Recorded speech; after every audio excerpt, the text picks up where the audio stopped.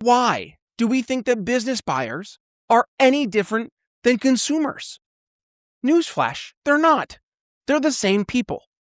They buy stuff on Amazon at night. They compare hotel prices on Expedia.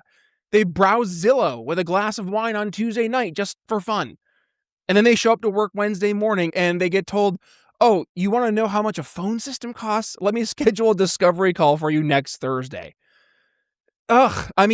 The B2B world is a full decade behind the consumer world when it comes to the buying experience.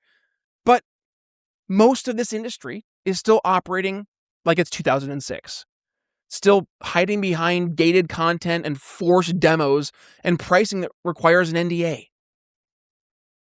So what happens when you make it this hard to buy? Well, you lose deals you never knew existed.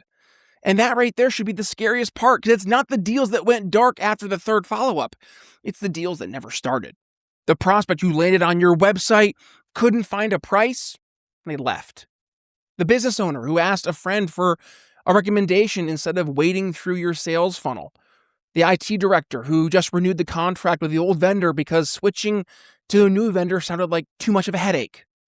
See, these are invisible losses, and they don't show up in your CRM. They don't trigger a lost deal report. They just don't happen. And you'll never know. Today's buyer, especially the millennial and Gen Zers who are going to be running purchasing departments for these companies, they have zero tolerance for outdated websites and manual processes. Zero.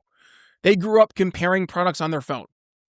They trust peer review over your marketing, and they expect to complete most of their research independently before they even talk to a human. So if your entire sales motion is built around getting someone on a phone call before they can learn anything meaningful about your product, you're building a wall between yourself and 80% of your potential customers. And then we wonder, well, why is our revenue falling flat?